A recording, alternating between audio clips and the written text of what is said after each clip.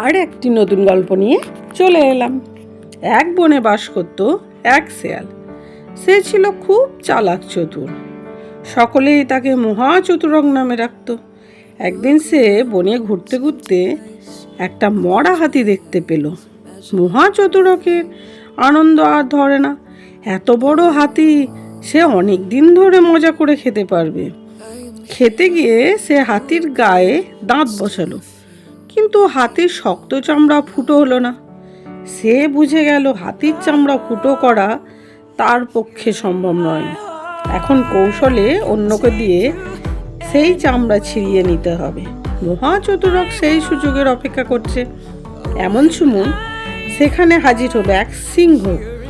শেয়াল তাকে প্রণাম জানিয়ে বলল, মহারাজ, আপনার জন্য হাতি পাহারা দিচ্ছি, দয়া করে খেয়ে নিন। সিংহ হলো পশুদের রাজা। সে রাজার মতোই গম্ভীর গলায় বলল, তোমার ভক্তিতে আমি খুশি হয়েছি, তবে অন্যের মারা জন্তু আমি খাই না, তুমি খেয়ে নাও। এই বলে সিংহ হেলতে দুলতে চলে গেল। কিছু পরে এলো এক বাঘ। শেয়াল ভাবলো, একে ভয় দেখিয়ে তাড়াতে হবে, তা না হলে এই লোভী বাঘ সবটা খেয়ে ফেলবে। খাবার দেখে বাঘের মুখ দিয়ে লালা ঝরছিল। শেয়াল একটু জঙ্গলের দিকে উকিঝুঁকি দিয়ে হিতৈষীর ভান করে বলল, তোমার কি খাওয়ার আর কোনো জায়গা ছিল না? এখানে মরতে এলে? এক সিংহ হাতিটাকে মেরে আমাকে পাহারায় রেখে চান করতে গেছে। যাবার আগে বলে গেছে, কোনো বাঘ যদি দেখতে পাও আমাকে গোপনে জানাবেন, তাকে উচিত শিক্ষা দিয়ে দেব। কদিন আগে আমার শিকারে সে দাঁত বসিয়েছিল। এ কথা শুনে বাঘ তখনই ভয় পেয়ে পালিয়ে গেল। মহাচতুরক ভাবলো, যাক, বাঘকে তো ভাগিয়ে দিয়েছি, কিন্তু এই চামড়া তো ছিঁড়তে হবে, তা না হলে আমি খাবো কি করে? এমন সময় হাজির হলো এক চিতা। চিতাকে দেখে মহাচতুরক বলল, ভাগ্নে, অনেকদিন পরে দেখা, তোমার চেহারা কেমন শুকনো দেখাচ্ছে কেন? অনেকদিন খাওনি মনে হচ্ছে।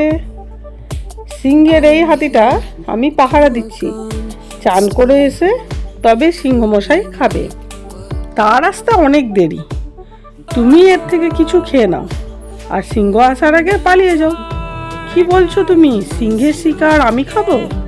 আমি পাহারায় আছি, ভয় কিসের? তাকে আসতে দেখলেই তোমাকে আগাও মিশাটা করবো, তুমি তখন পালিয়ে যেতে পারবে। এই কথায় চিতা হাতির শক্ত চামড়া তার ধারালো দাঁত দিয়ে ছিঁড়তে লাগলো। অনেকটাই ছেঁড়া হয়ে গেছে, মাংসও বেরিয়ে পড়েছে। দেখে শেয়াল বলল, ভাগ্নে, সিংহ আসছে। সিংহের নাম শুনে চিতা লাফিয়ে জঙ্গলের মধ্যে উধাও হয়ে গেল। মহাচতুরকের এখন আর কোনো অসুবিধা নেই, সে খেতে আরম্ভ করলো। এমন সময় তার পিছনে এসে দাঁড়ালো আর এক শেয়াল। মহাচতুরক কাউকে ভাগ দিতে চায় না, তাই সে ঝাঁপিয়ে পড়ল সেই শেয়ালটার উপর। তারপর দুজনের মধ্যে শুরু হয়ে গেল তুমুল মারপিট। তারপর তাকে সে মেরেও ফেললো। তারপর এবার মহাসুখে সে হাতিকে দিয়ে মহাভোজ গ্রহণ করলো। গল্পগুলো কেমন লাগছে কমেন্টসে জানাও, আর ভালো লাগলে একটা লাইক।